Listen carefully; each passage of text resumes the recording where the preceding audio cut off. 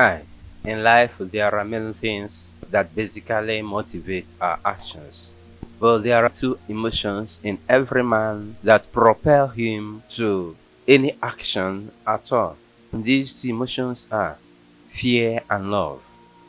What you fear controls you into action or into inaction.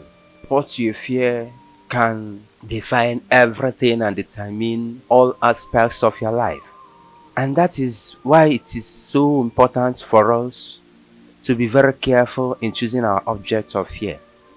You have to choose what you fear and whom you fear. You must be very careful, because if you are not careful in choosing our object of fear, we will live our lives thinking that in the real sense that we are living this life, but actually we are living the life of another. Fear is in the mind, and as we know, the mind is the master, says James Allen. So if fear is in the mind and the mind is the master, it means that once fear gets hold of our mind, our thoughts, our understanding, our words, our works, our emotion, our feelings, our reasoning, whatever we do, everything must surely be determined by that particular fear in us.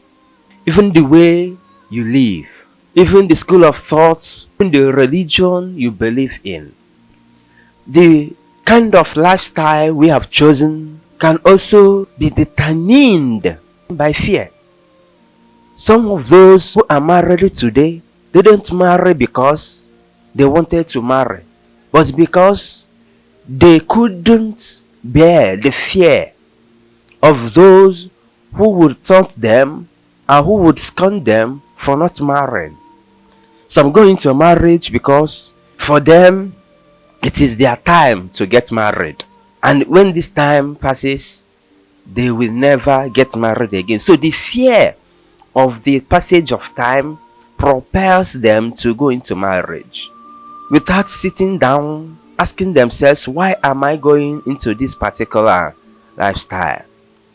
Sometimes we think that the things we do, that we are so conscious of, but we don't know that we do those things in compulsiveness, that we are being compelled to do them because of the fear, background fear we don't even understand. So in choosing the object of our fear, we must be very careful, and Christ has helped us in making that choice. He has told us what to fear and what not to fear. He said to us, do not fear those who kill only the body, but they can't kill the soul. Rather, fear he who can destroy both the body and the soul. In other words, our fear, the object of our fear, should be that thing that will destroy not only our existence but our essence. Those things that can control us out of the destination that we wish to attain. This life is worth living, but if we don't understand that thing that controls us by way of fear, we will never see the worthiness of life. The second one is love. You see, most of the things we do in this life are based on love. Love is a great propeller of action. Love in our hearts can make us to even sacrifice our lives for something or for someone or for an idea.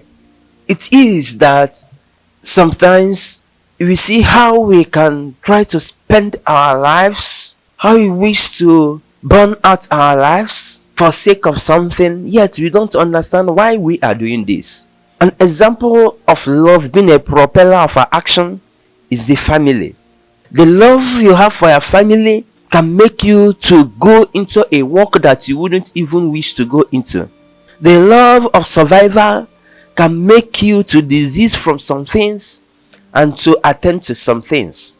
The love for your wife can make you as a husband to change your mode of operation in life. Your love for a particular school of thought can make you to be insistent in defending that particular school of thought. Your love for a political idea can also propel you into defending this particular political idea. If you are a Democrat, Perhaps the love for freedom, the love for liberty, the love of humanity, rights of existence can make you to defend these ideas. So love is a great propeller of action. But just as it is with fear, that we have to be very careful in choosing our object of fear, we also have to be very careful in choosing the object of our love. Because what you love can elevate you or diminish you. As far as it controls your actions, your affections, your emotions, can take hold of your whole life. You have to be very careful of whom you love and of what you love, of the idea you love and of the idea you do not love.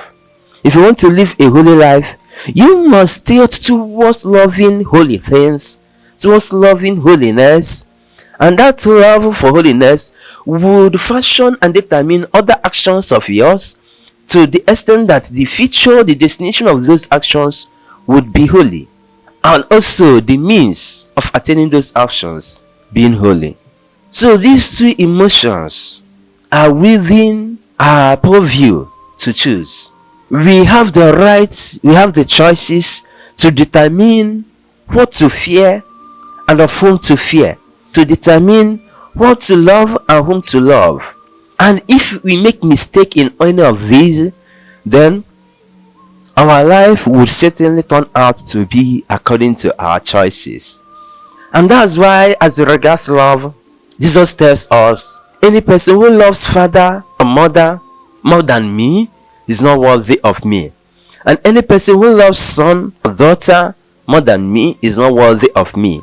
Because the things we love control our existence and our essence. So if we would love God, love Jesus more than anything, we would surely be assured that Jesus would take control of our lives and determine both the present and the future of our existence and our essence.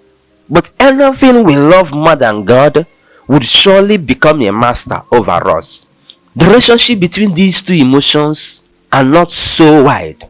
Love and fear are both emotions that are so much intertwined and are mixed. They are like two sides of a coin. Wherever there is love, there is always fear. And wherever there is fear, there is always love. None should be attended to more than the other. If you love your wife, you would be also afraid of losing that wife. If you love your family, you would also be so much afraid of losing your family.